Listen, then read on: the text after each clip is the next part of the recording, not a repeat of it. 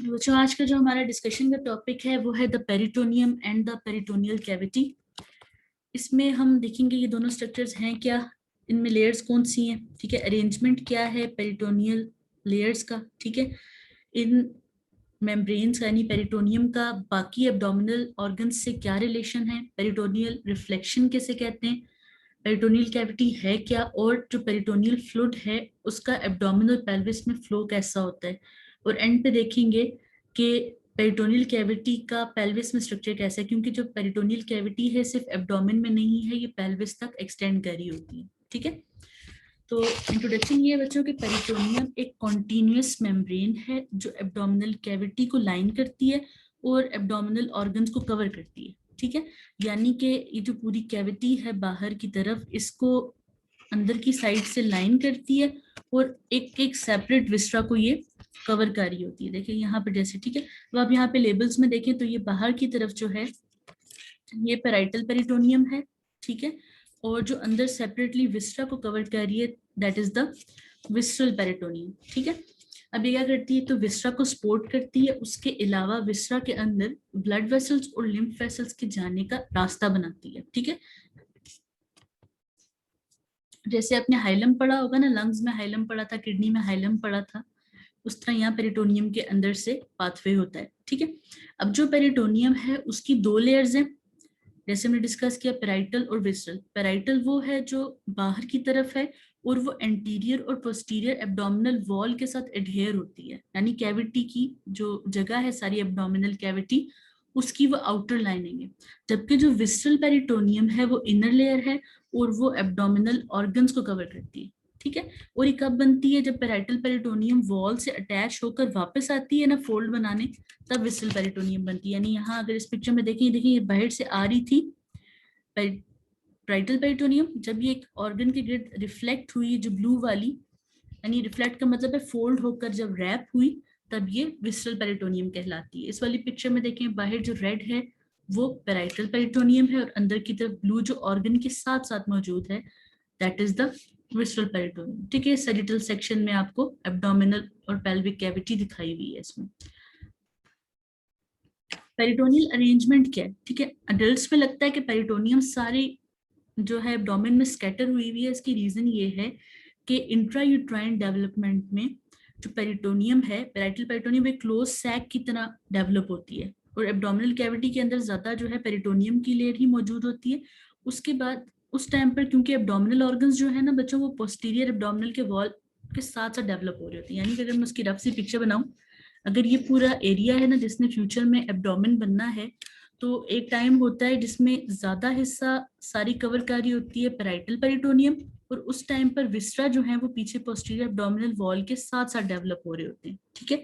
अब जैसे जैसे ये ऑर्गन ग्रो करते जाते हैं ये पेरिटोनियम को पुश करते जाते हैं, ठीक है, और कैविटी स्क्वीज हो जाती है और कोई जो जगह, ठीक है, जो जगह बच जाती है ना दरमियान में, वो पेरिटोनियल फोल्ड्स और पाउचेस बन जाते हैं। वो क्या है वो हम डिटेल से देखेंगे। अब इस चीज को समझने के लिए आसान तरीका ये है कि आप समझें कि आपने बैलून लिया, उसको पानी से फिल किया, फिर आप बैलून को बाहर की तरफ से पंच से प्रेस करो, तो इतना प्रेस करो कि जिस ऊपर वाली लेयर पे आपका हाथ है वो अंदर वाली लेयर को जाकर टच कर जाए। अब क्या होगा, वो बैलून आपके हाथ को रैप करेगा लेकिन आपका हाथ बैलून के अंदर नहीं जाएगा। सेम ये आइडिया है कि विस्ट्रा इतना प्रेस करते हैं पेराइटल पेरिटोनियम को कि ये इस तरह करके इनके लिए जगह तो बना देते लेकिन आपस में जो है ये जुड़ता नहीं है, ना ही ये कैविटी के अंदर इंटर होते हैं, ठीक है। तो अब क्या होता है कि ये वाली जो लेयर है जो विस्ट्रा के करीब होती है वो पेराइटल पेरिटोनियम कहलाती है और बाहर वाली लेयर, सॉरी विस्ट्रल, और ये पेराइटल पेरिटोनियम होती है। इस पिक्चर में देखें जैसे ये बैलून है, इसमें अगर एक बंदे ने अपनी फिस्ट डाली तो देखें बाहर की तरफ जो होगी आउटर बैलून वॉल जो है वो पेराइटल सीरस मेम्ब्रेन कहलाएगी और जो अंदर की तरफ बैलून वॉल होगी वो विस्ट्रल सीरस मेम्ब्रेन कहलाएगी और दरमियान में ये जो जगह है ना ये क्या कहलाएगी, ये पेरिटोनियल कैविटी कहलाएगी, ठीक है। और विस्ट्रा के साथ साथ देखिए जैसे लाइनिंग फिस्ट यहाँ पे विस्ट्रा को डिनोट कर रहा है। अब एब्डोमिनल ऑर्गन्स का पेरिटोनियम से क्या रिलेशन है, ठीक है। एब्डोमिनल विस्ट्रा को हम एनाटॉमिकली डिवाइड कर सकते हैं कि उनका पेरिटोनियम से क्या रिलेशन है। दो मेन ग्रुप हैं, इंट्रा पेरिटोनियल वो जो पेरिटोनियम के अंदर मौजूद हैं, और बच्चों यहाँ ये जो है विसरल पेरिटोनियम की बात हो रही है। पेराइटल तो ऑब्वियसली पूरी एब्डोमिनल कैविटी को लाइन कर रहा है ना, तो हर ऑर्गन ने पेराइटल पेरिटोनियम के अंदर तो होना ही है, लेकिन वो विसरल पेरिटोनियम से क्या रिलेशन रखता है वो हम यहाँ देख रहे हैं, ठीक है। उस हिसाब में फिर इंट्रा पेरिटोनियल है वो जो विसरल पेरिटोनियम के अंदर है, उनसे कवर्ड है। और अगली टाइप है एक्स्ट्रा पेरिटोनियल ऑर्गन्स, यानी जो पेरिटोनियम से बाहर है। अब वो कंप्लीटली बाहर है, ये थोड़े से बाहर है, वो फिर रीट्रोपेरिटोनियल और इंफ्रा पेरिटोनियल में हम देखते हैं आगे। इस पिक्चर से देखें बच्चों, फर्स्ट वाली पिक्चर है, इसमें देखें जो एक विस्ट्रा है वो पूरा पूरा इस रिंग के अंदर है। रिंग क्या है? रिंग इज विस्ट्रल पेरिटोनियम, ठीक है। तो इस ऑर्गन को हमने इंट्रा पेरिटोनियल कहा। फिर सेकेंडरी रीट्रोपेरिटोनियल देखें कि आधा एक कॉर्नर में जाकर ये अटैच है, ये किस तरह है ये देखते हैं आगे। फिर एक्स्ट्रा पेरिटोनियल में देखें कि बिल्कुल ही विस्ट्रा जो है वो बाहर पड़ा हुआ है विस्ट्रल पेरिटोनियम से, ठीक है। इसमें फिर डिफरेंट टाइप्स हैं आगे, रीट्रोपेरिटोनियल और सब पेरिटोनियल।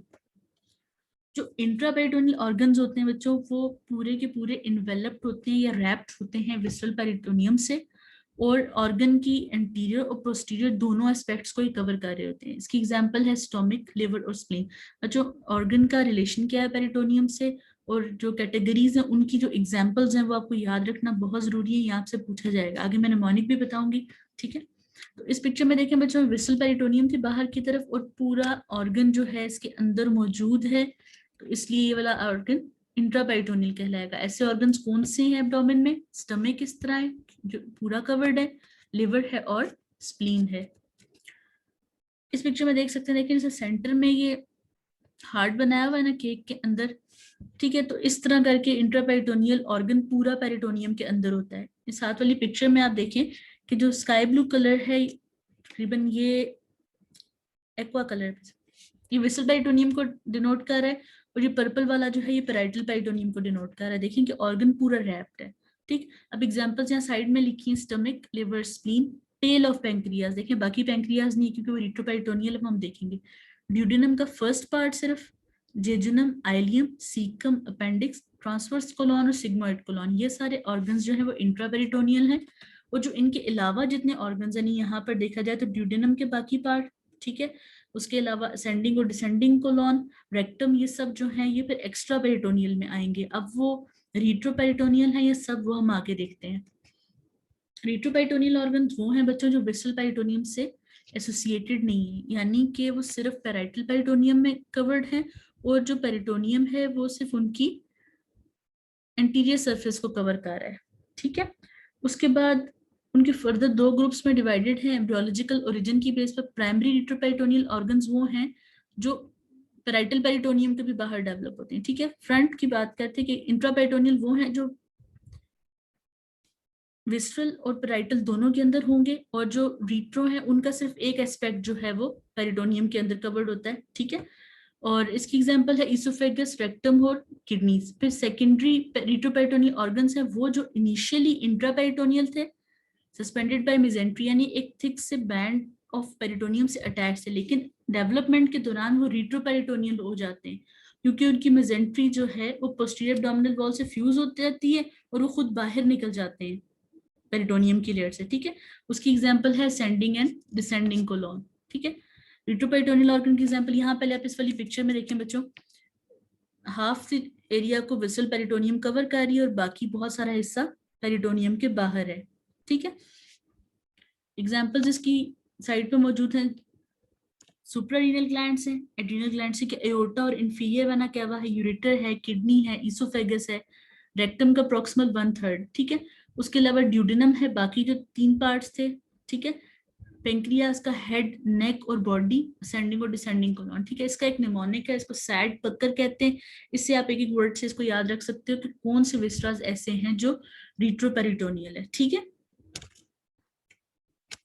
अब इंफ्रापेरिटोनियल ऑर्गन क्या होता है? इंफ्रापेरिटोनियल सब पेरिटोनियल ऑर्गन वो होता है जो जिसके सिर्फ सुपीरियर हिस्से पर पेराइटल पेरिटोनियम की कवरिंग होती है, ठीक है। डिस्टल मतलब एग्जांपल्स हैं डिस्टल 2/3 ऑफ रेक्टम और यूरिनरी ब्लैडर। जो ब्लैडर होता है ना बच्चों, ये हमने डिस्कस भी किया ट्रिनल में कि उसके खाली सुपीरियर सरफेस पर पेरिटोनियम होती है और वो जैसे जैसे रेज होता जाता है वो पेरिटोनियम भी मूव करती है साथ पीछे की तरफ, ठीक है। तो बाद में प्रोसीजर्स के लिए यूज होती है टेक्निक, ठीक है। इंफ्रा पेरिटोनियल ऑर्गन, ये सब पेरिटोनियम में देखें कि ये विस्रा मौजूद है और इसके सिर्फ सुपीरियर एस्पेक्ट पे पेराइटल पेरिटोनियम है, ठीक है। यहाँ इस वाली पिक्चर में देखें इंट्रा पेरिटोनियल ऑर्गन्स कौन से हैं, जो पूरे पेरिटोनियम के अंदर मौजूद हैं। फिर बैक साइड पर रीट्रो पेरिटोनियल ऑर्गन्स है, यानी कि जो पेरिटोनियम की रेंज से बाहर हैं, ठीक है। और उसके बाद फिर नीचे इंफ्रा पेरिटोनियल ऑर्गन्स है, जिनका खाली एक एस्पेक्ट कवर हो रहा है पेरिटोनियम से। ये स्ट्रक्चर्स का टेबल है, ये आपने इसमें से फिर याद कर लेने हैं, ठीक है। पेरिटोनियल रिफ्लेक्शन क्या चीज होती है? पेरिटोनियम जो है तकरीबन सारे विस्ट्रा को कवर करती है गट के, और क्या करती है, न्यूरोवेस्कुलर स्ट्रक्चर्स को बॉडी वॉल से इंट्रा पेरिटोनियल विस्ट्रा में ले जाती है। अब अपने फंक्शन पूरे करने के लिए पेरिटोनियम क्या करती है कि कुछ फोल्डिंग्स बनाती है, ठीक है, और डिफरेंट टाइप के कॉम्प्लेक्स स्ट्रक्चर्स बनाती है जो होते पेरिटोनियम का पार्ट है, लेकिन फंक्शन क्या परफॉर्म कर रहे होते हैं, वो कौन सी चीज है उस पर डिपेंड करता है, ठीक है। उसकी टाइप्स हैं ओमेंटम, मिजेंट्री और लिगामेंट्स। होते सब ये पेरिटोनियम के फोल्ड्स हैं, लेकिन फंक्शन डिफरेंट होने की वजह से इनको डिफरेंट नाम दिए गए। जैसे सबसे पहली कैटेगरी ओमेंटम है, इसकी एग्जांपल्स है ग्रेटर ओमेंटम, लेसर ओमेंटम, ये हम डिटेल से पढ़ते हैं आगे, ठीक है। मिजेंट्रीज जो हैं वो किसकी हैं, गट की, स्मॉल इंटेस्टाइन की मिजेंट्री है। फिर ट्रांसवर्स मीजोकोलॉन है, यानी ट्रांसवर्स कोलॉन की, ठीक है। फिर मीजो अपेंडिक्स है, यानी कि अपेंडिक्स की मिजेंट्री। फिर सिग्मोइड मीजोकोलॉन है, यानी कि सिग्मोइड कोलॉन की मिजेंट्री। फिर लिगामेंट्स हैं लिवर के, स्टमक के, स्प्लीन के, ठीक है। अब जितने सारे स्ट्रक्चर्स हैं, पेरिटोनियल रिफ्लेक्शंस हैं, इन सब में 2 लेयर्स हैं, सिवाय ग्रेटर ओमेंटम के जिसके अंदर 4 लेयर्स हैं, ठीक है। ये स्टार जहां लगा हुआ है बच्चों, ये एमसीक्यू पॉइंट्स हैं। ओमेंटम की बात करते हैं बच्चों, तो ओमेंटम जो है वो 2 लेयर्ड फोल्ड है विस्ट्रल पेरिटोनियम का, जो स्टमक और प्रॉक्सिमल पार्ट ऑफ ड्यूडेनम में एक्सटेंड करता है, ठीक है, एसेंट ऑर्गन्स के साथ। बेसिकली आसान लफ्जों में कहेंगे कि ओमेंटम वो पेरिटोनियल फोल्ड है जो स्टमक को डिफरेंट स्ट्रक्चर से मिलाता है, ठीक है।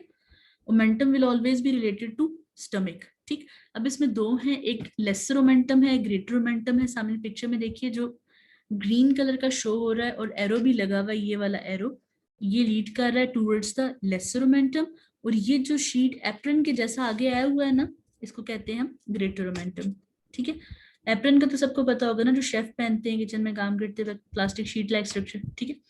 अब जो लेसर ओमेंटम है ना, वो डबल लेयर है विस्टल पेरिटोनियम की, और ये ग्रेटर ओमेंटम से छोटी होती है। कहाँ से कहाँ तक है? स्टोमिक के लेसर कर्वेचर से और ड्यूडेनम के फर्स्ट पार्ट से। बच्चों जो स्टोमिक होता है ना हमारा, आपको पता है ना, इस तरह का स्ट्रक्चर है। इसमें ये वाली जो साइड होती है ना स्टोमिक की, इसको हम कहते हैं लेसर कर्वेचर, ठीक है, क्योंकि छोटा कर्व बन रहा है। और इसी तरह इस वाली साइड को हम कहते हैं ग्रेटर कर्वेचर, ठीक है। अब ये जो लेसर ओमेंटम है, ये लेसर कर्वेचर वाली साइड से अटैच हो रहा है और लिवर तक जा रहा है, ठीक है। और यानी कि स्टमक के लेसर कर्वेचर और ड्यूडेनम के फर्स्ट पार्ट को, यानी ये जो सारा एरिया है, इसको ये लिवर से कनेक्ट कर रहे हैं, ठीक है। अब इसमें 2 पार्ट्स हैं लेसर ओमेंटम के, एक को कहते हैं हिपैटोगैस्ट्रिक लिगामेंट और हिपैटोड्यूडनल, यानी जो स्टमक से लेकर लिवर तक है दैट विल बी हिपैटोगैस्ट्रिक लिगामेंट, ठीक है। और जो ड्यूडेनम से लेकर लिवर तक है दैट विल बी हिपैटोड्यूडनल लिगामेंट, ठीक है। वो जो हिपैटोड्यूडनल लिगामेंट है बच्चों, उसकी इंपॉर्टेंस है कि उसके अंदर पोर्टल ट्राइड नाम के स्ट्रक्चर्स हैं, यानी कि 3 स्ट्रक्चर्स हैं जिनको मिलाकर पोर्टल ट्राइड कहा जाता है, और ये पूछे जाने वाली चीज है, ठीक है। तो वो स्ट्रक्चर्स क्या क्या है, इसके अंदर ही कॉमन बाइल डक्ट होती है, ठीक है। इसके अंदर हेपेटिक आर्टरी होती है और हेपेटिक पोर्टल वेन होती है। आप सबको ये पोर्टल ट्राइड की वेसल्स आनी चाहिए और हेपेटोड्यूडिनल लिगामेंट का पता होना चाहिए। इस पिक्चर में देखिए बच्चों, ये सारा जो है ना स्ट्रक्चर, ये सारा यानी कि जो ये है लेसर ओमेंटम, लेकिन इसका जो ये वाला पोर्शन है जो स्टमक और लिवर के दरमियान है, दिस इज हेपेटोगैस्ट्रिक लिगामेंट। लेकिन जो ड्यूडेनम और लिवर के दरमियान है, इसको कहते हैं हेपेटोड्यूडेनल लिगामेंट। अब देखिए कि यहाँ पर अंदर गाल ब्लैडर है ना, तो यहाँ पर कॉमन बाइल डक्ट मौजूद है, यहीं पर हेपेटिक आर्टरी है, और यहाँ पर हेपेटिक पोर्टल वेन भी इस लिगामेंट के सारे अंदर मौजूद है, ठीक है। ये आपने याद रखना है।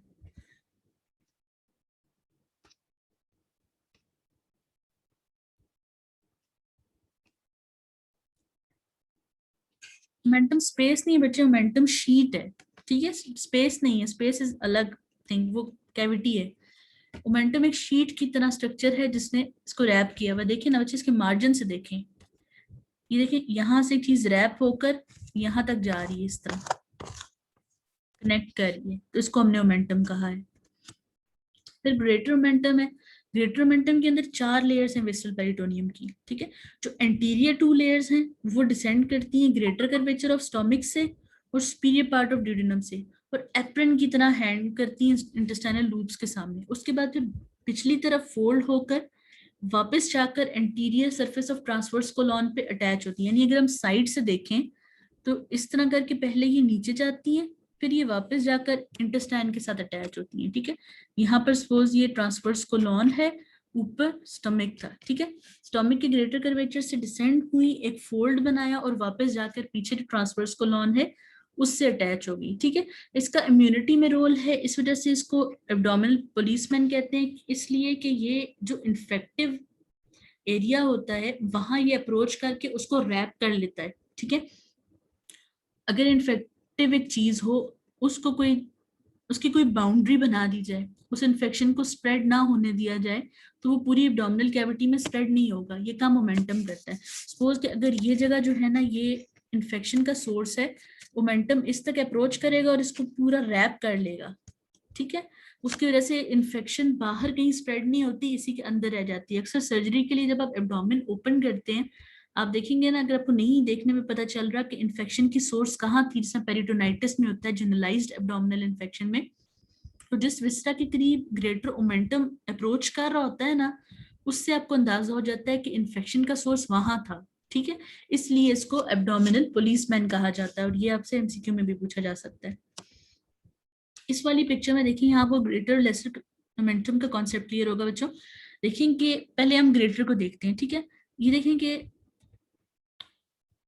ये स्टमक है ना, इसके ग्रेटर कर्वेचर से ये नीचे की तरफ आ रहा है, ठीक है।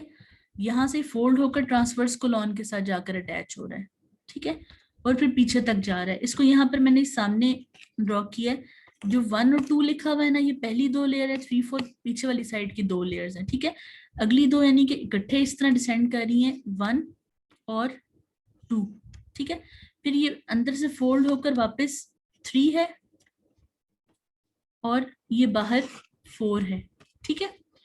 और इसकी निस्बत आप लेसर मोमेंटम को देखें अगर, तो लेसर मोमेंटम सिर्फ जो है ये लेसर कर्वेचर और लिवर के दरमियान में है, ठीक है। अब आप इसको समझ लेंगे।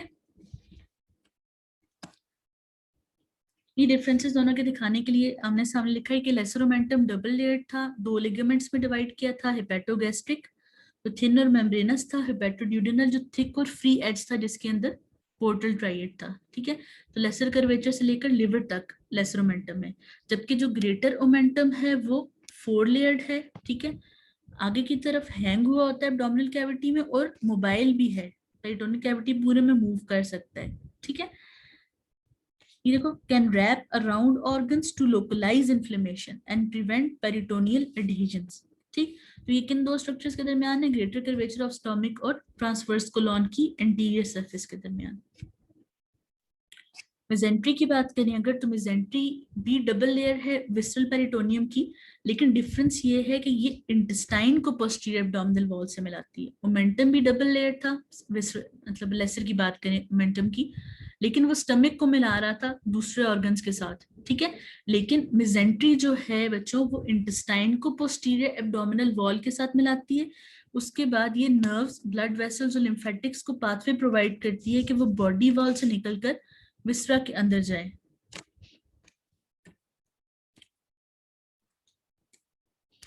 ठीक है। इससे क्या फायदा होता है कि फ्रिक्शन रिड्यूस हो जाती है एडजेसेंट विसरास के दरमियान, और डाइजेशन में ऑर्गन्स की मूवमेंट हो जाती है। यानी कि आप एक सिंपल एग्जांपल देखेंगे, हैंड्स फ्री जो होते हैं आपके पास, कितनी कम लेंथ होती है लेकिन वो टैंगल हो जाते हैं। लेकिन इतनी बड़ी गट है, अगर जब तक कोई बड़ी पैथोलॉजी ना हो, वो टैंगल इसलिए नहीं होती कि उसको मिजेंट्रीज के हेल्प से डिफरेंट जगह पर पोस्टीरियर एब्डोमिनल वॉल में बाइंड किया होता है, ठीक है।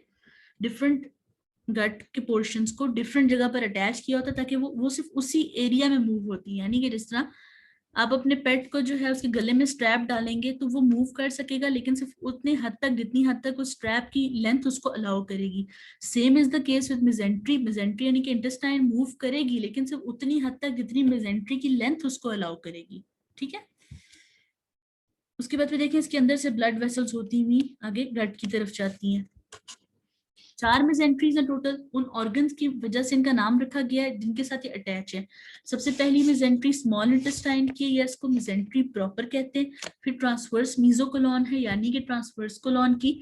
सिग्मोइड मीजोकोलॉन है यानी कि सिग्मोइड कोलॉन की। और मीजो अपेंडिक्स है यानी कि अपेंडिक्स की। ठीक है, अब जो स्मॉल इंटेस्टाइन की मेजेंट्री है बच्चों, ये लार्ज और ब्रॉड फैन शेप्ड है। ये जो बच्चे फैन शेप वर्ड यूज होता है ना, ये वो जो पेपर का फैन आप क्लास में बनाते थे, चाइनीज वाला फैन, उसकी वजह से होता है, सीलिंग फैन की वजह से नहीं। ठीक है, ब्रॉड फैन शेप मेजेंट्री है और ये जेजुनम और आइलियम ऑफ स्मॉल इंटेस्टाइन से अटैच होती है और उनको फिर पोस्टीरियर एब्डोमिनल वॉल से कनेक्ट करी होती है। ठीक है, ये इसका जो अपर मार्जिन है वो ड्यूडेनम जूजिनल जंक्शन पे, यानी जहां ड्यूडेनम से जूजिनम स्टार्ट हो रही है वहां से, और वो कौन सी जगह आती है जहां पर L2 वर्टिब्रा है। ठीक है, फिर ये ऑब्लिकली रन करके जाकर कहाँ टर्मिनेट होता है, जहां पे इलियोसीकल जंक्शन है, यानी कि आइलियम का और कोलॉन का जंक्शन है जहां पर, वहां पे। ठीक है, और इसके अंदर जो है सुपीरियर मेसेंटेरिक आर्टरी होती है, ऑटोनॉमिक नर्व प्लेक्सस होता है और लिम्फेटिक्स होते हैं। ठीक है, तो मेसेंट्री स्मॉल इंटेस्टाइन है, लार्ज ब्रॉड फैन शेप्ड है, जिजुनम और आइलियम को कनेक्ट करी होती है। इसलिए क्योंकि जो मोबाइल पोर्शन है ना बच्चों स्मॉल इंटेस्टाइन के, वो ज्यूजेनम और आइलियम है। ड्यूडेनम तो स्टमक के साथ होती है और उसके अलावा हेपेटोड्यूडेनल लिगामेंट की वजह से रिलेटिवली फिक्स्ड भी होती है फर्स्ट पार्ट खास तौर पे। ठीक है, तो ज्यादा मोबाइल स्ट्रक्चर्स ज्यूजेनम और आइलियम है, इसलिए उनको मेसेंट्री की हेल्प से फिक्स किया जाता है। ठीक है, ट्रांसवर्स मीजोकोलॉन है, ये ट्रांसवर्स कोलॉन को पोस्टीरियर एब्डोमिनल वॉल से मिलाती है, ग्रीन से लेबल्ड है। अब जहां ग्रीन कलर हटा दिया वहां आपको फिर स्मॉल इंटेस्टाइन की मेसेंट्री भी नजर आ रही है कि ये किस तरह की है। ठीक है, तो देखें कि अब ये जो गट है ये मूव कर सकती है लेकिन उतनी हद तक जितनी ये फोल्ड्स इसको अलाउ करेंगे। ठीक है, ट्रांसवर्स मीजोकोलॉन पे वापस आते हैं। इसके अंदर जो वेसल है बच्चों उसका नाम है मिडल कॉलिक आर्टरी। ठीक है, तो ट्रांसवर्स मीजोकोलॉन जो है वो एब्डोमिनल कैविटी को दो कंपार्टमेंट्स में डिवाइड करती है। इनको हम सुप्राकॉलिक और इंफ्राकॉलिक कहते हैं। कॉलिक का मतलब है ना कोलॉन के लिए वो जो ट्रांसवर्स कोलॉन से ऊपर है और वो जो ट्रांसवर्स कोलॉन से नीचे हैं। ठीक है, फिर सिग्मोइड मीजोकोलॉन की बात करते हैं। सिग्मोइड मीजोकोलॉन जो है वो इन्वर्टेड वी शेप अटैचमेंट है सिग्मोइड कोलॉन की एब्डोमिनल वॉल से। ठीक है, सिग्मोइड कोलॉन खुद क्या है, सिग्मोइड कोलॉन जो है बच्चों वो लार्ज इंटेस्टाइन है। अब इस पिक्चर में देखिए ये इसकी मेसेंट्री दिखाई हुई है सिग्मोइड मेसोकोलॉन, और ये देखिए ये इन्वर्टेड वी स्ट्रक्चर है, यहाँ पर ये अटैच्ड है। ठीक है, जो वी की एपेक्स है ना वो bifurcation of common iliac artery से अटैच होती है। इसके नीचे कॉमन आइलिक आर्टरी की बाइफर्केशन हो रही होती है, यानी कि वो एक्सटर्नल आइलिक और इंटरनल आइलिक में डिवाइड हो रही होती है। जो एक्सटर्नल आइलिक है वो लेग में जा रही है और इंटरनल आइलिक इंटरनल ऑर्गन्स को सप्लाई कर रही होती है। ठीक है, ये पूरा हो जाए फिर मैं चारों मेसेंट्रीज को एक दफा रिवाइज करूंगी, फिर हम आगे चलेंगे। ठीक है, अब इसके अंदर नर्व्स और लिम्फेटिक्स हैं जो कि सिग्मोइड कोलॉन से रिलेटेड है, और सिग्मोइड आर्टरी है, सुपीरियर रेक्टल ब्लड वेसल्स हैं। ठीक है, सिग्मोइड कोलॉन से रिलेटेड नर्व्स और लिम्फेटिक्स, सिग्मोइड आर्टरी और सुपीरियर रेक्टल ब्लड वेसल्स हैं इसके अंदर। ठीक है, उसके बाद फिर मीजो अपेंडिक्स है। ठीक है, मीजो अपेंडिक्स क्या है, ये अपेंडिक्स की मेसेंट्री है। ठीक है, ट्रायंगुलर शेप्ड है और टर्मिनल पार्ट ऑफ आइलियम से लेकर अपेंडिक्स तक अटैच्ड है। ठीक है, ट्रायंगुलर स्ट्रक्चर बना रही है, यानी कि यहाँ पर देखें इस वाले को मैं एक्सपेंड करके सिर्फ ये बस, इसकी इंपॉर्टेंस क्या है इसको पढ़ने की। ये जो अपेंडेक्टमी होती है ना उसमें मेसेंट्री को नॉट लगानी जरूरी होती है, क्योंकि ब्लड वेसल जो है अपेंडिक्स के अंदर इस मेसेंट्री में से होकर आ रही होती है। ठीक है, तो एक स्ट्रक्चर को इनक्लोज करती है पेंडिकुलर आर्टरी और वेन को, उसके अलावा लिम्फेटिक वेसल्स, नर्व्स और एक लिम्फ नोड भी होता है यहाँ पर। एक दफा मेसेंट्री को दोबारा देख लेते हैं बच्चों। मेसेंट्री एक डबल लेयर फोल्ड है विस्ट्रल पेरिटोनियम का। अब ये क्या करता है, ये इंटेस्टाइन को, डिफरेंट इंटेस्टाइन को पोस्टीरियर एब्डोमिनल वॉल से मिलाता है। ठीक है, उसके अलावा इसके अंदर से ब्लड वेसल्स ट्रेवल करके जाकर उस रिस्पेक्टिव विसरा के अंदर, रिस्पेक्टिव गट के पोर्शन के अंदर इंटर होती हैं। 4 टाइप्स हैं, स्मॉल इंटेस्टाइन की मेसेंट्री, ट्रांसवर्स कोलॉन की, सिग्मॉइड कोलॉन की, अपेंडिक्स की। जो स्मॉल इंटेस्टाइन की है वो ब्रॉड फैन शेप्ड है, अटैच कहाँ है, ड्यूडेनो जुजिनल जंक्शन पे, ठीक है, वहां से लेकर आइलियोसीकल जंक्शन तक, ठीक है।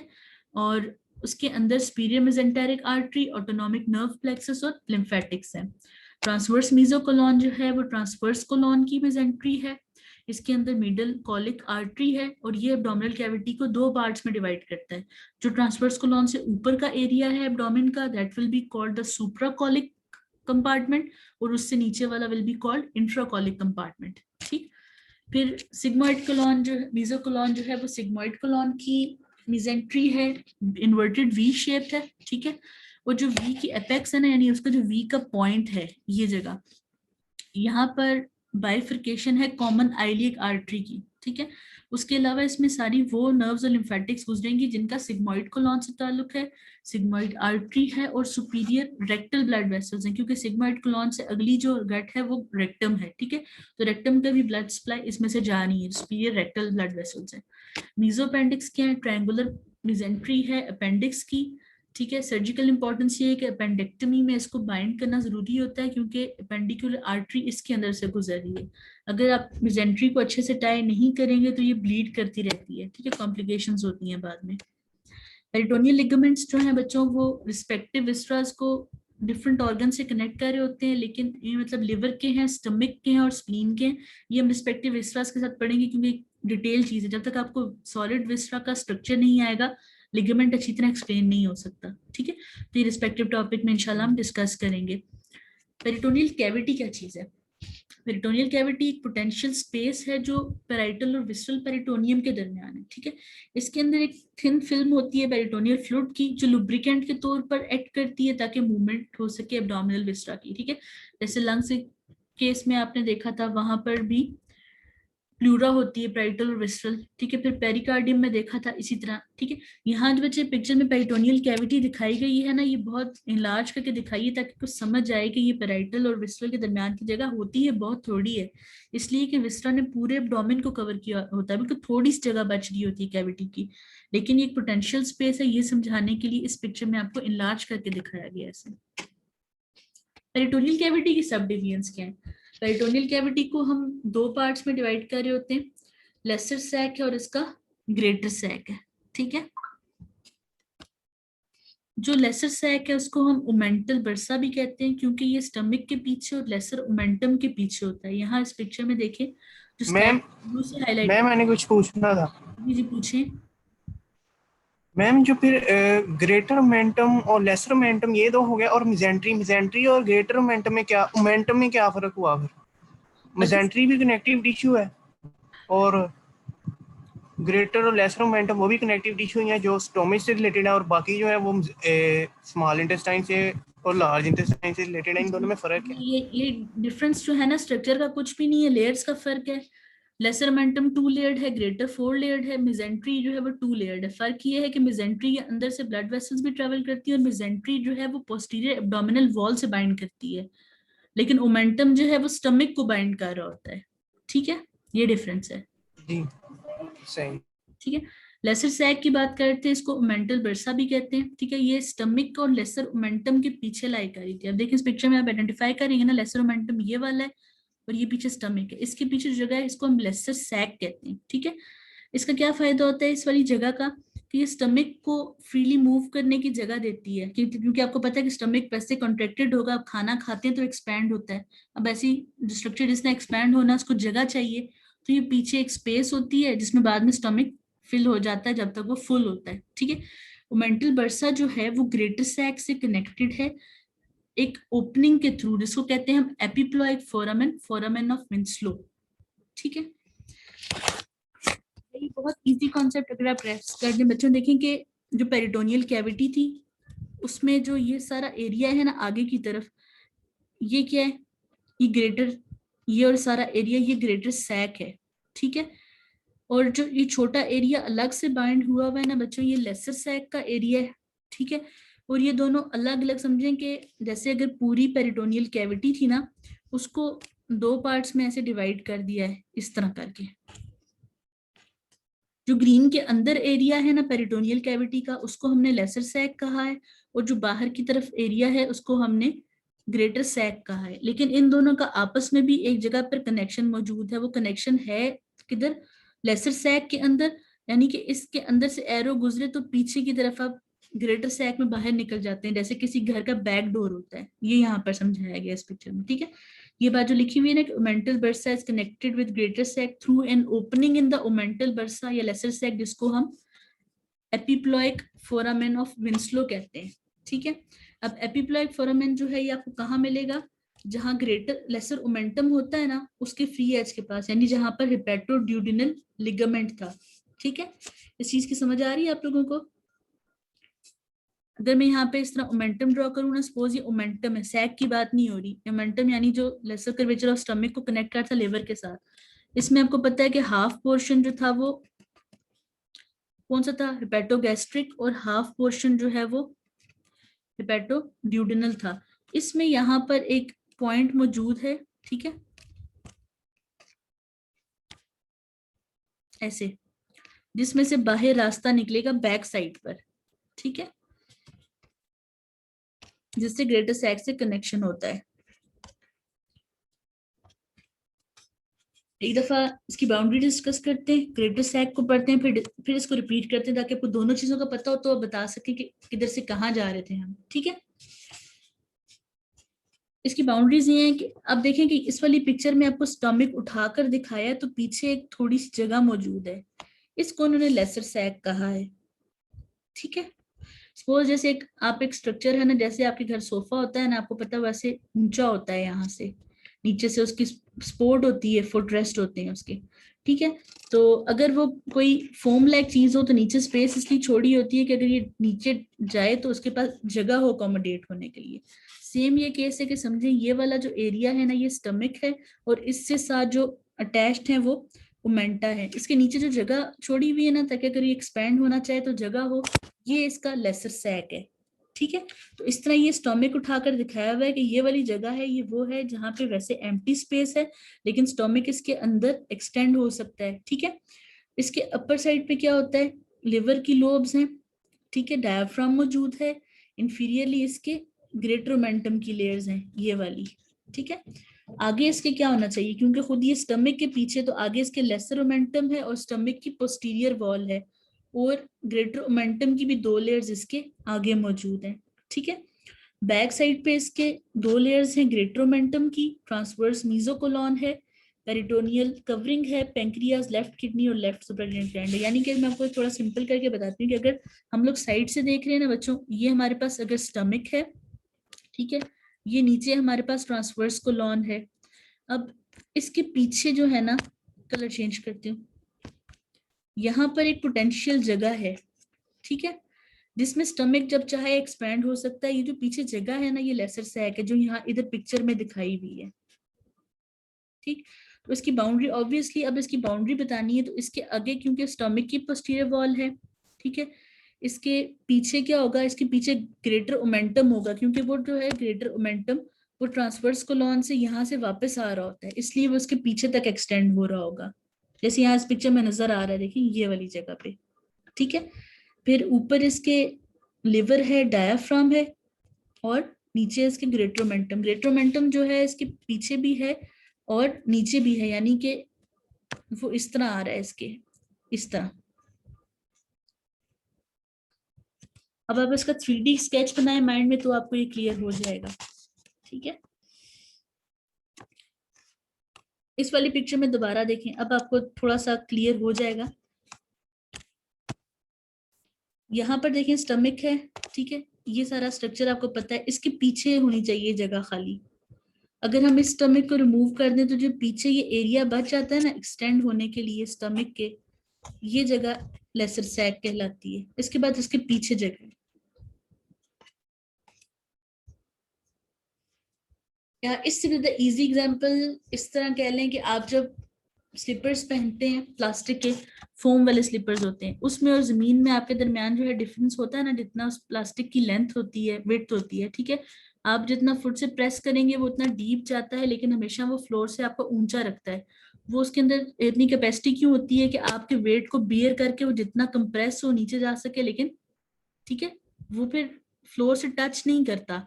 इसी तरह लेसर सैक ने एक जगह रखी हुई है कि वो जितना भी स्टमक जो है एक्सपेंड करेगा उसको अकोमोडेट करेगा, लेकिन अपने से नीचे जो विसरा है ना उनको वो प्रेस नहीं होने दे रहा होता। अब ये जो इस पिक्चर में आपको नजर आ रहे हैं ना विसरा, ये वो है जो लेसर सैक की निचली बाउंड्री से भी नीचे है, ठीक है, यानी कि इन ऑर्गन्स और इनके अंदर जो स्टमक है ना उसके दरमियान में ये जगह मौजूद है जिसका नाम है लेसर सैक, ठीक है। एपिप्लॉइड फोरामेन की एग्जैक्ट लोकेशन यही है कि हेपेटोड्यूडेनल लिगामेंट में है। ये वाला जो लिगामेंट है देखिए यहाँ बना हुआ, ये देखिए इसके पीछे से रास्ता निकल रहा है, एरो जो है इसके नीचे से होकर, यानी कि अगर इधर तक रहेंगे इसके पीछे से आएंगे तो लेसर सैक, इधर से होकर बाहर निकल जाएंगे तो ग्रेटर सैक में आ जाते हैं। मेंटल फोरामेन जो है यानी कि दोनों का जो कनेक्शन था ग्रेटर और लेसर सैक का उसके बारे में बताया हुआ। इस वजह सिंपल सी पिक्चर से देखें, ग्रेटर सैक आगे है, लेसर सैक पीछे, इनको जो कनेक्ट कर रहा है ना स्ट्रक्चर वो एपिप्लॉइड फोरामेन है। अब अगर आपको लेसर सैक की जगह समझ आ गई अपने माइंड से इसको वहां जाकर फिक्स करें, छोटा सा ब्रिज जैसा रास्ता देखें जो एपिप्लॉइड फोरामेन है, जो खुद हेपेटोड्यूडेनल लिगामेंट के पीछे से गुजर रहा था, ठीक है। अब बाउंड्रीज देखें, इसके ऊपर क्या आता है, मोमेंटल फोरामेन के ऊपर क्वाड्रेट लोब है लिवर की, जब लिवर पढ़ेंगे तो ज्यादा अच्छा समझ आ जाएगा, ठीक है। नीचे इसके क्या है, ड्यूडेनम है क्योंकि हेपेटोड्यूडेनल लिगामेंट के अंदर था ये, ठीक है। आगे इसके हेपेटोड्यूडेनल लिगामेंट है क्योंकि ये इसके पीछे से गुजरा था, जैसे मैंने अभी आपको बताया जो ब्रिज है ना ये हेपेटोड्यूडेनल लिगामेंट के पीछे से गुजरेगा, और इसके अपने पीछे इंफीरियर वेना कैवा होती है।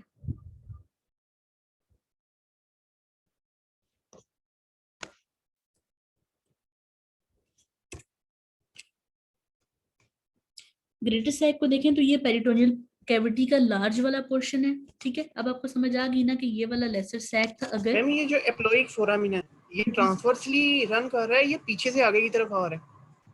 बच्चे ये आप ट्रांसवर्सली भी कह लें, थोड़ा सा इस तरह है ऐसे करके आगे, ठीक है, यानी कि स्टमक के जो पीछे लिगामेंट्स वाला एरिया है ना लेसर सैक क्योंकि स्टमक के पीछे है ना उससे ये थोड़ा सा गुजर कर आगे की तरफ आ रहा है, क्योंकि ग्रेटर सैक जो है वो थोड़ा आगे की तरफ है स्टमक से, ठीक है। अभी इसको पढ़े ना फिर दोबारा बताती हूँ आपको, ठीक है। ग्रेटर सैक जो है वो लार्जर पोर्शन है पेरिटोनियल कैविटी का, और फर्दर दो कंपार्टमेंट में डिवाइड करते हैं उसको मिजेंट्री ऑफ ट्रांसवर्स कोलॉन से, जिसका मैंने बताया था अभी, ठीक है, सुप्राकॉलिक कंपार्टमेंट और इंफ्राकॉलिक कंपार्टमेंट। अब आप देखें इस वाली पिक्चर में सामने ये जो रेड से सारा दिखाया हुआ है ना बच्चों, रेड और येलो कंबाइन करके सारा ग्रेटर सैक है, लेकिन जो रेड वाला पोर्शन है वो सुप्राकॉलिक कंपार्टमेंट है क्योंकि वो ट्रांसवर्स कोलॉन से ऊपर है, और येलो वाला इंट्राकॉलिक है क्योंकि वो ट्रांसवर्स कोलॉन से मीजोकोलॉन से नीचे है, ठीक है। सुप्राकॉलिक जो कंपार्टमेंट होगा इसके अंदर लिवर, स्टमक और स्प्लीन होंगे, जबकि जो इंफ्राकॉलिक कंपार्टमेंट होगा उसके अंदर small intestine, ascending descending colon होंगे। और जो इंफ्राकॉलिक कंपार्टमेंट है ना बच्चों उसकी फर्दर दो टाइप डिवीजन है आगे से, राइट और लेफ्ट इंफ्राकॉलिक स्पेसेस, ठीक है। कंपार्टमेंट की फर्दर दो डिवीजन है मेसेंट्री ऑफ स्मॉल इंटेस्टाइन से, राइट और लेफ्ट इंफ्राकॉलिक स्पेसेस, ठीक है। अब जो सुप्राकॉलिक और इंफ्राकॉलिक कंपार्टमेंट है ये भी आपस में कनेक्टेड हैं, जिनको पैराकॉलिक गटर्स कहते हैं, ठीक है। ये कहाँ मिलेंगे, पोस्टीरियोलेटरल एब्डोमिनल वॉल में और लेटरल एस्पेक्ट ऑफ असेंडिंग या डिसेंडिंग कोलॉन में। नेक्स्ट एक पिक्चर है उससे देख के आपको चीज क्लियर हो जाएगी, ठीक है। सुप्राकॉलिक कंपार्टमेंट की बात करते हैं, पहले ये फ्लो में जाने दें फिर हम वापस पीछे आएंगे ताकि एक दफा चीजें हम गो थ्रू करें, फिर मैं आपको बताऊंगी कि उनको कहाँ कहाँ एडजस्ट करना है, ठीक है। कंफ्यूज नहीं होना, बस सुनते जाएं चीजों को, ठीक है। सुप्राहेपेटिक या सब फ्रीनिक स्पेस है, सब फ्रीनिक का मतलब है डायफ्राम के नीचे, और सुप्राहेपेटिक का मतलब है लिवर के ऊपर। आप सबको पता है कि अगर लिवर जो है वो इस तरह है एब्डोमिनल कैविटी में, उसके ऊपर डायफ्राम की कवरिंग होती है, ठीक है। तो इसलिए जगह का नाम है या तो सब फ्रीनिक क्योंकि डायफ्राम के नीचे, या सुप्राहेपेटिक, बात दोनों में एक ही है, ये जगह आती है, ठीक है। डायफ्राम और लिवर के दरमियान है, और लिवर का एक लिगामेंट है जिसका नाम है फेल्सीफॉर्म लिगामेंट, वो उसको राइट और लेफ्ट में डिवाइड करता है क्योंकि वो इस तरह लगा होता है ना दरमियान में, तो उसकी एक साइड जो है वो राइट वाली कहलाएगी सुप्राहेपेटिक स्पेस, और दूसरी लेफ्ट वाली कहलाएगी, ठीक है। इंफ्राहेपेटिक स्पेस कौन सी है? वो जो लिवर के नीचे है। इंफ्राहेपेटिक को ही सब हेपेटिक स्पेस कहते हैं। ये देखिए ये वाली जगह, अभी जिसकी पहले बात कर रहे थे ना, वो ये वाली जगह है सब फ्रीनिक, ये ठीक है। पर्पल वाली की बात करें नीचे जो मैंने बनाई है, ठीक है। ये ट्रांसवर्स मीजोकोलॉन, ट्रांसवर्स कोलॉन और ट्रांसवर्स मीजोकोलॉन के दरमियान में ये जगह है जहां मेजेंट्री अटैच हो रही है कोलॉन से, उसके दरमियान। अब लिवर का एक लिगामेंट है जिसका नाम है लिगामेंटम टीरीज, ये इसको राइट और लेफ्ट इंफ्राहेपेटिक स्पेसेस में डिवाइड करता है। जैसे यहाँ पर सुप्रा में डिवाइड किया था ना, वैसे ये इंफ्रा में डिवाइड होता है।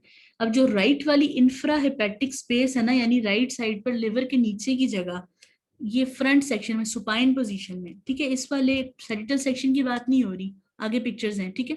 राइट इंफ्राहेपेटिक स्पेस को हम मॉरिसन पाउच या हेपेटोरीनल पाउच कहते हैं, ठीक है। क्योंकि आपको पता है कि लिवर के नीचे किडनी है, तो ये किडनी और लिवर के दरमियान है, इस वजह से इट इज कॉल्ड हेपेटोरीनल पाउच, या फिर इसको मॉरिसन पाउच भी कहते हैं। पाउच ऑफ डगलस के अलावा दूसरा पूछा जाने वाला पाउच ये है लेक्चर में, ठीक है। यहाँ पे देखें इंफ्राकॉलिक कंपार्टमेंट है, इसके अंदर राइट और लेफ्ट पैराकॉलिक गटर्स हैं, ठीक है।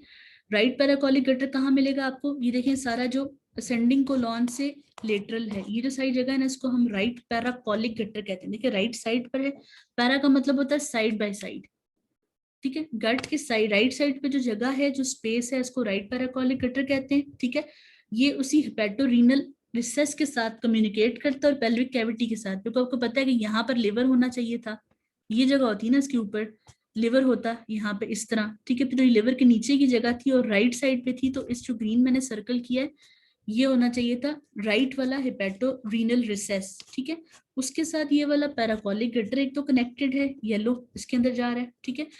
तो और उसके अलावा नीचे ये फिर पेल्विस के साथ भी कनेक्टेड है, ठीक है। और ये route of spread of infection एक आपको प्रोवाइड करता है, क्योंकि अगर ये पेल्विस को एब्डोमेन के साथ कनेक्ट कर रहा है तो ऑब्वियसली ये पेल्विस की इन्फेक्शन को एब्डोमेन तक भी ला सकता है।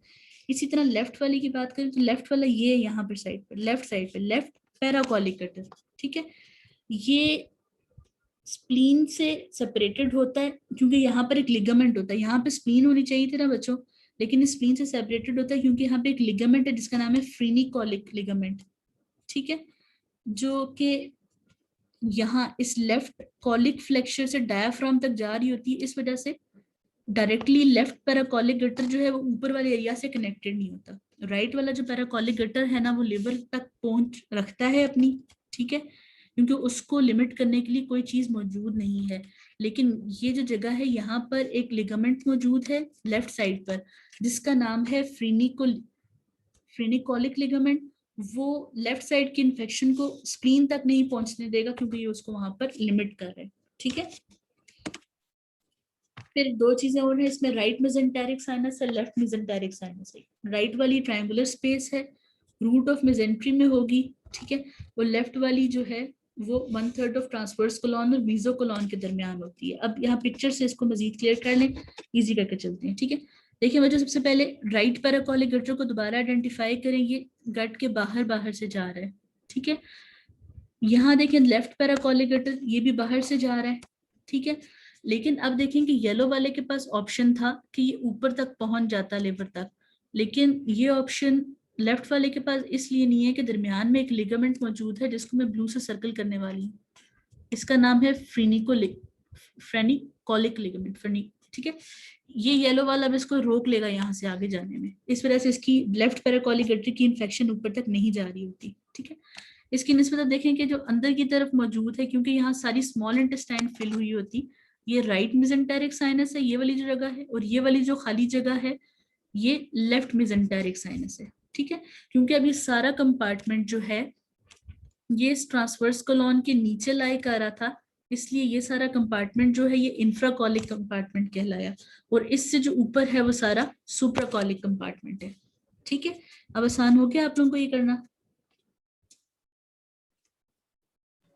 मैम ये जो कंपार्टमेंट्स हैं ये ऑर्गन निकाल के बताए हुए हैं या ऑर्गन प्लेस्ड होंगे और एंटीरियर एब्डोमिनल वॉल में और ऑर्गन के दरमियान कोई ये कैसे रीजन बताए हुए हैं? ऑर्गन्स के दरमियान ना थोड़ी थोड़ी जगह छूटी हुई होती है ना, मतलब बेसिकली ये होता है कि पेराइटल पेरिटोनियम, ठीक है, और विस्टल पेरिटोनियम के दरमियान थोड़ी थोड़ी जगह खाली होती हैं। जैसे कि यहाँ पर ये जगह खाली है, ये जगह खाली है, तो ये फिर सब ये वाली रिसेसेस और ये सब स्पेसेस बना देती हैं। इनको पढ़ने का फायदा ये होता है कि यहाँ पर जो है फ्लूइड्स अकोमोलेट हो जाते हैं इन्फेक्टिव, क्योंकि आपको पता है कि सारा पेरिटोनियल फ्लूइड जो है वो मूव कर रहा होता है। अगर कोई भी पाउच लाइक जगह बन जाएगी, जैसे आपको सिंपल एग्जांपल देती हूँ कि जो हमारा घर का फर्श होता है सहन का, उसमें एक छोटा सा डिप रखा जाता है हमेशा कि उसमें सारा बारिश का पानी ड्रेन हो, ठीक है। अगर उसकी फर्दर उसको आप ड्रेन करने का ऑप्शन नहीं रखेंगे तो पानी उसके अंदर जमा रहेगा, स्टेगनेंट होगा, मक्खियां आएंगी, ठीक है, मच्छर होंगे। इसी तरह जो पेरिटोनियल कैविटी के दरमियान जगह हैं वहां पर फ्लूइड अकोमोलेट हो जाता है। अगर आपको उनका पता ना हो, आप उनको डील ना कर सके, तो वहां इन्फेक्शंस हो जाती हैं, ठीक है। तो इस वजह से इन स्ट्रक्चर्स को पढ़ा जाता है जो दरमियान में जगह खाली होती है।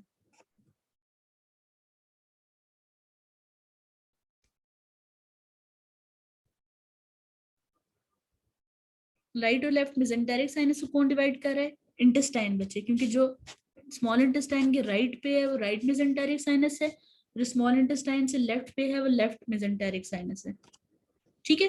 क्लियर हो गया? एक दफा दोबारा थोड़ा सा बता देते हैं, ठीक है। ग्रेटर सैक जो है पेरिटोनियल कैविटी का ग्रेटर पोर्शन था, इसको दो कंपार्टमेंट्स में डिवाइड करते हैं, ठीक है। मेजेंट्री की वजह से जो ट्रांसवर्स कोलॉन से ऊपर है वो सुप्राकॉलिक कंपार्टमेंट है, जो ट्रांसवर्स कोलॉन से नीचे है वो इंफ्राकॉलिक कंपार्टमेंट है। सुप्राकॉलिक के अंदर स्टमक, लिवर, स्प्लीन है। इंफ्रा के अंदर जो है स्मॉल इंटेस्टाइन, असेंडिंग और डिसेंडिंग कोलॉन है। इंफ्रा की फर्दर आगे से दो स्पेसेस हैं, लेफ्ट और राइट इंफ्राकॉलिक, जो स्मॉल इंटेस्टाइन की वजह से बनती है, ठीक है। जो सुप्राकॉलिक कंपार्टमेंट है उसमें सुप्राहिपेटिक या सब फ्रीनिक स्पेस वो है जो लिवर और डायफ्राम के दरमियान है, और इंफ्राहिपेटिक वो है जो लिवर और नीचे वाले जो हिस्सा है ट्रांसवर्स मीजोकोलॉन उसके दरमियान है, ठीक है।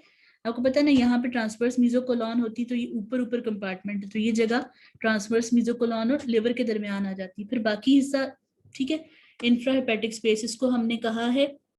और इसी में जो राइट वाली है ना इंफ्राहेपेटिक स्पेस, उसको हम मॉरिसन पाउच कहते हैं, ठीक है। जिस तरह यहाँ पर मैंने इस पिक्चर में बताया था कि एक दरमियान का लिवर का लिगामेंट सब फ्रीनिक या सुप्राहेपेटिक स्पेस को दो पार्ट्स में डिवाइड कर रहा था, इसी तरह इंफ्राहेपेटिक स्पेस को भी एक लिगामेंट राइट और लेफ्ट साइड में डिवाइड कर रहा होता है। उनमें से जो राइट वाली तरफ है ना बच्चों, उसको हम मॉरिसन पाउच कहते हैं, ठीक है, या फिर हेपेटोरिनल पाउच। फिर पैराकोलिक गटर्स हैं, ये इंटेस्टाइन के दाएं बाएं मौजूद हैं।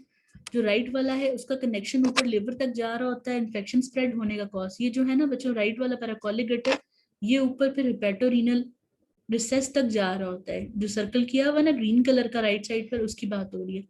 लेफ्ट वाला लिमिटेड होता है क्योंकि वहां पर एक फ्रीनिको लिगामेंट होता है, फ्रीनिकोलिक लिगामेंट, ठीक है, ताकि उस इन्फेक्शन को लिमिट कर सके। मेसेंटेरिक साइनसेस की बात की थी, जो इंटेस्टाइन के दाएं बाएं जगह होती हैं वो मेसेंटेरिक साइनसेस होती हैं, ठीक है। इस पिक्चर से मैंने फिर आपको सारी चीजें क्लियर की थी कि जो रेड लाइन लगी हुई है ट्रांसवर्सली, ये ट्रांसवर्स कोलॉन थी, इससे ऊपर सुप्राकॉलिक कंपार्टमेंट था, नीचे इंफ्राकॉलिक है, ठीक है। फिर पैराकॉलिक गटर्स और मेसेंटेरिक साइनसेस है, ठीक है।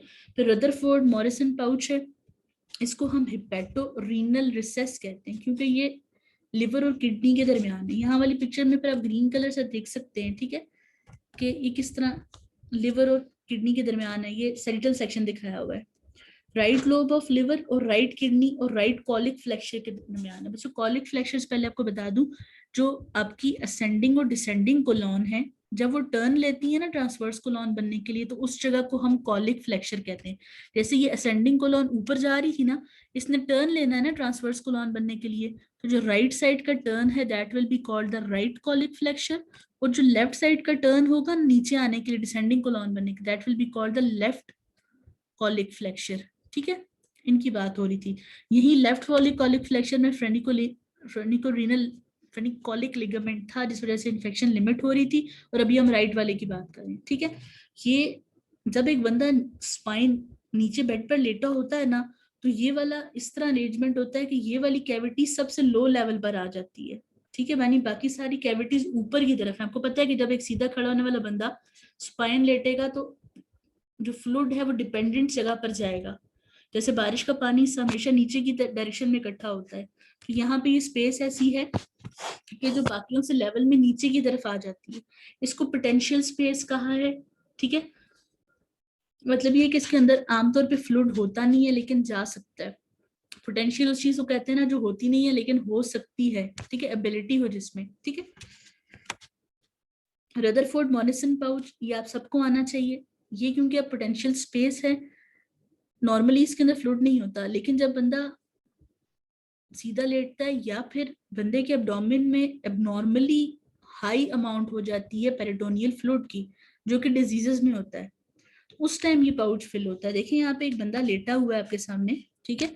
इसमें देखें कि ये जगह इसके यहाँ पे लिवर होना चाहिए था, आपको पता है, यहाँ पे रिब्स के थोड़ा सा नीचे, और यहाँ इस बंदे की किडनी होनी चाहिए थी। इसके दरमियान में हेपेटोरीनल पाउच है, मॉरिसन्स पाउच, जिसके अंदर ये सारा फ्लूइड इकट्ठा हो गया है, ठीक है। अब ये फ्लूइड कब इंक्रीज हो सकता है, ये ब्लड भी हो सकता है, ये इन्फेक्टिव फ्लूइड एसाइटिस भी हो सकती है, ये पेरिटोनियल डायलिसिस का डायलिसेट भी हो सकता है, ठीक है। लेकिन हमने क्या याद रखना है कि ये कलेक्ट हो सकता है इधर, ठीक है। दूसरी जो जगह है वो रेक्टोवेसिकल पाउच होगी या रेक्टो यूट्राइन, वो हम आगे देखेंगे वो है क्या, ठीक है। फिलहाल आपको याद रखना है कि जब भी एक बंदा स्पाइन लाई करेगा तो उसमें 2 पोटेंशियल स्पेसेस होंगी फ्लूइड को अकोमोडेट करने के लिए, और वो फिर लॉन्ग टाइम रहने से इन्फेक्शन कर सकती है, इसलिए हमें उनकी लोकेशंस का पता होना चाहिए। एक उनमें से हेपेटोरीनल पाउच है जिसको मॉरिसन कहा, दूसरा हम डिटेल से डिस्कस करते हैं, ठीक है।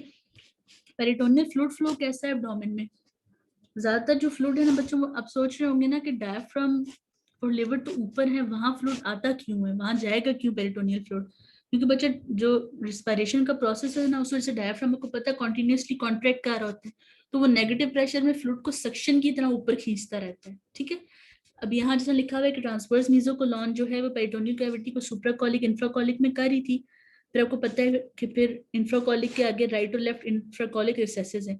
फ्लूइड जो है अपर एब्डोमेन में कैसे आएगा, डायफ्रेगमेटिक प्रेशर्स की वजह से, और पेल्विस में क्यों जाएगा, ग्रेविटी की वजह से, ठीक है। यानी सेंटर में अगर फ्लूइड मौजूद है, अगर रिस्पायरेट करेंगे तो उस वजह से फ्लूइड ऊपर डायफ्राम की तरफ जाएगा, और अगर सीधे खड़े होंगे तो ग्रेविटी की वजह से फ्लूइड नीचे पेल्विक कैविटी में जाएगा, ठीक है।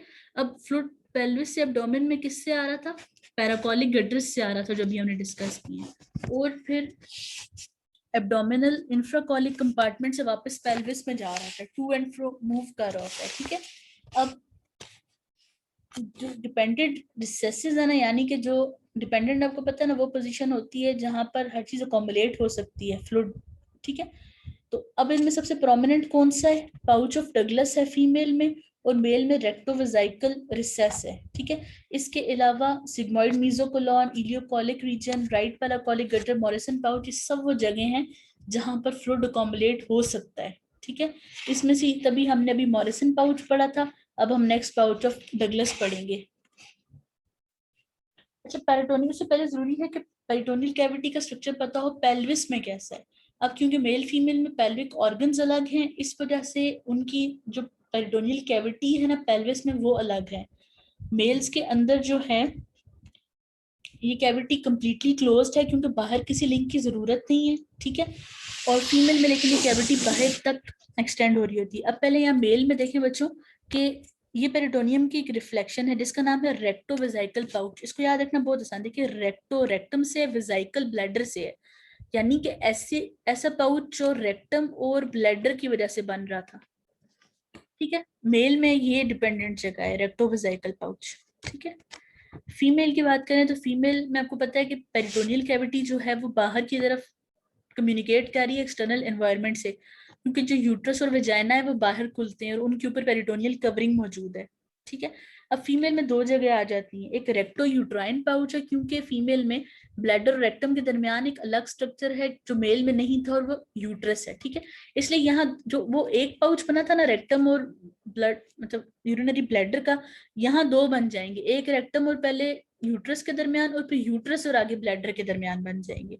रेक्टो यूट्राइन पाउच जिसको पाउच ऑफ डगलस कहते हैं, फिर एक वेजिको यूट्राइन पाउच यानी कि ब्लैडर और यूट्रस का, ठीक है। रेक्टो यूट्राइन डबल फोल्डिंग है पेरिटोनियम की, रेक्टम और पोस्टीरियर वॉल ऑफ यूट्रस के दरमियान। देखिए यहाँ मैं येलो से फिल कर रही हूँ, देखिए ये recto uterine pouch of Douglas. जबकि वेजिको यूट्राइन क्या है, पेरिटोनियम की फोल्डिंग है एंटीरियर सरफेस ऑफ यूट्रस और यूरिनरी ब्लैडर के दरमियान, ये देखें दरमियान में। अब क्योंकि फीमेल्स में पेरिटोनियल कैविटी क्लोज नहीं होती, इसी वजह से जो विजाइना, यूट्रस और यूट्राइन ट्यूब के इन्फेक्शंस हैं वो पेरिटोनियम के अंदर भी इन्फेक्शन कर देते हैं, लेकिन ये बहुत रेयर होता है इस वजह से क्योंकि डायरेक्टली जो है मतलब विजाइना के अंदर म्यूकस प्लग मौजूद होता है जो इन्फेक्शन को आगे नहीं जाने देता, ठीक है। Thank you.